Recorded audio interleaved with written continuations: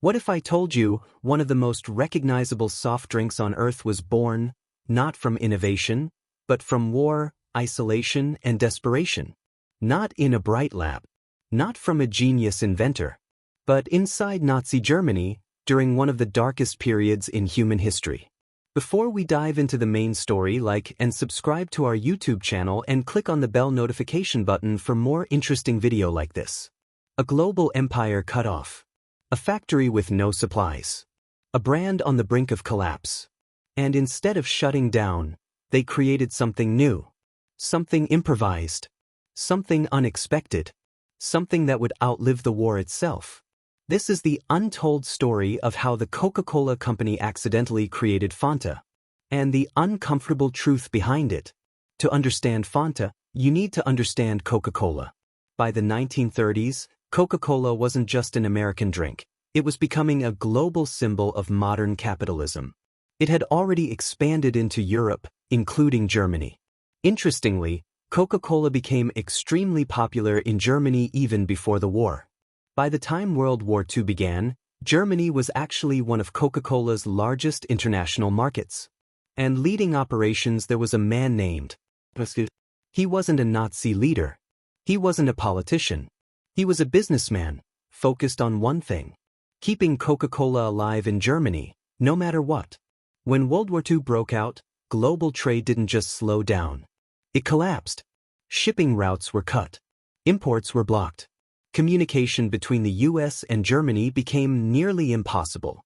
And Coca-Cola had one critical problem. The secret syrup, the heart of Coca-Cola, was made in America. Without it, Coca-Cola could not exist. No syrup equals no Coke equals no business.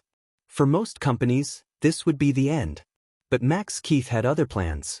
Instead of shutting down operations, Keith made a radical decision. We will create a new drink, using whatever we can find. But here's the catch. This was wartime Germany. Resources were extremely scarce. So what did they use? Leftover apple pulp from cider presses. Fruit scraps. Sugar beet leftovers. Food industry byproducts. It wasn't glamorous. It wasn't refined. It was survival chemistry. After experimenting, they created a new drink. It wasn't orange. It wasn't fizzy like today's version. It was inconsistent, cloudy, and strange. But it worked. The name, Fanta. Now came the question, what do we call it? According to company lore, Max Keith told his team to use their imagination, their fantasy, in German. One employee shortened it. And just like that, Fanta was born. A name that would eventually become global, started as a moment of improvisation in a room full of uncertainty. Now here's where the story gets complicated.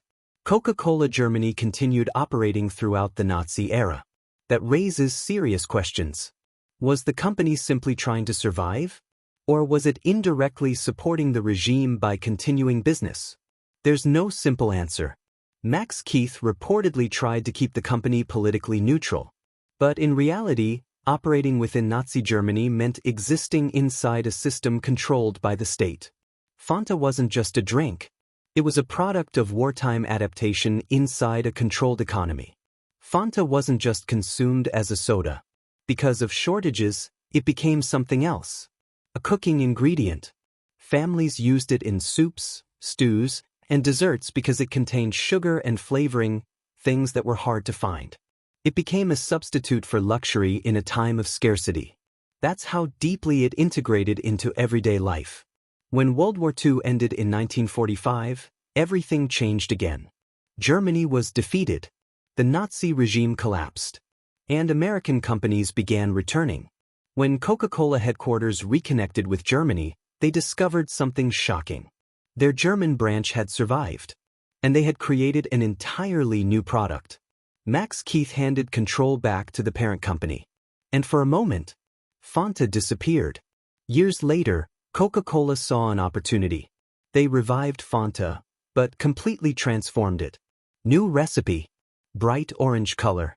Sweet citrus flavor. Global marketing.